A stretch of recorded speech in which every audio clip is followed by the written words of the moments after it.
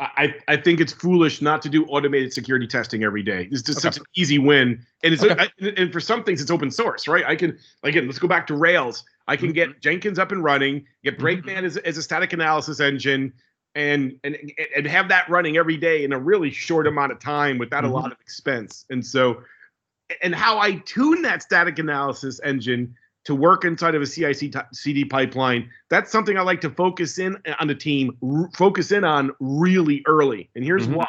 So I want every time, especially if it's a new project, I want a developer to do some kind of static analysis whenever they build code, whenever they are checking code into a repository and pushing it live are the three areas to consider security testing. Now, if I buy an expensive tool for other like non-Rails frameworks, I often have to buy a tool, right? And they're freaking expensive, as you know.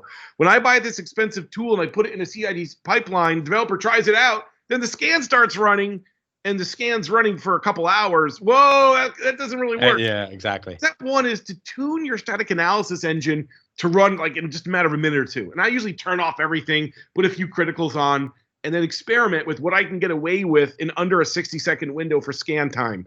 Maybe I'll push my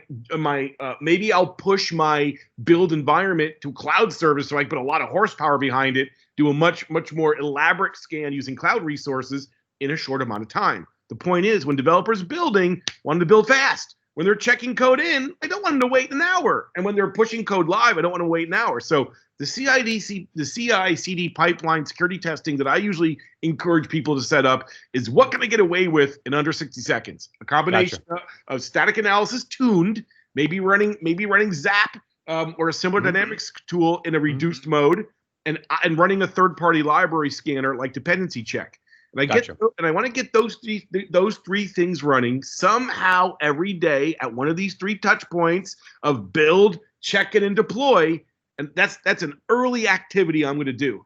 Now, John, keep in mind, if I'm buying an expensive static analysis tool and I just turned off all the rules to make it run fast, well, what's the point? Well, then again, I'm going to have two pipelines running. I have one running that interacts with developers when they do things, and another pipeline that runs especially for the security team. Right, I got you. Nights on a daily basis. Right. So I need those two cycles for good testing automation, and I'm encouraging companies to do this in their SDLC really early on, because a big win with a modest amount of effort if done right.